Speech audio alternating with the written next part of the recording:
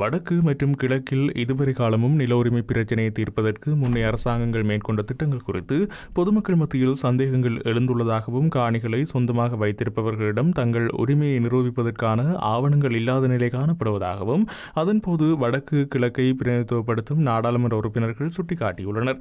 இதற்கு மக்களின் நம்பிக்கையை வெல்லும் முறையான வேலை திட்டம் தேவை என்றும் அவர்கள் தெரிவித்துள்ளனர். சில குழுக்கள் மோசடியாக நிலத்தை கையகப்படுத்தியுள்ளதாகவும் தற்போதைய அரசாங்கம் இந்த பிரச்சினைக்கு நியாயமான தீர்வை வழங்கும் என்று மக்கள் நம்பிக்கை கொண்டுள்ளதாகவும் அவர்கள் சுட்டிக்காட்டினர். பொதுமக்களின் சந்தேகங்களை போக்க முறையான வழிமுறையை அறிமுகப்படுத்தி சட்டப்பூர்வ உறுதிப்படுத்தல்களுடன் மக்களுக்கு காணி உரிமை வழங்கப்பட வேண்டும் என்பதை அரசாங்கம் ஏற்றுக்கொள்கிறது என்றும் மக்களின் நிலங்களை எந்த வகையிலும் கையகப்படுத்துவதற்கு அரசாங்கத்திற்கு எந்த எண்ணமும் இல்லை என்றும் பிரதமர் கலாநிதி கரணி அமரசூரிய தெரிவித்துள்ளார். அதன்படி மக்கள் மற்றும் சம்பந்தப்பட்ட துறைகளுடன் கலந்துரையாடிய பின்னர் எதிர்காலத்தில் ஒரு சரியான தீர்வை வழங்க அரசாங்கம் நடவடிக்கை எடுக்கும் என்று குறிப்பிட்ட பிரதமர் அதற்கான தேவையான மேலதிக நடவடிக்கைகளை எடுக்க அதிகாரிகளுக்கு அறிவுறுத்தினார்.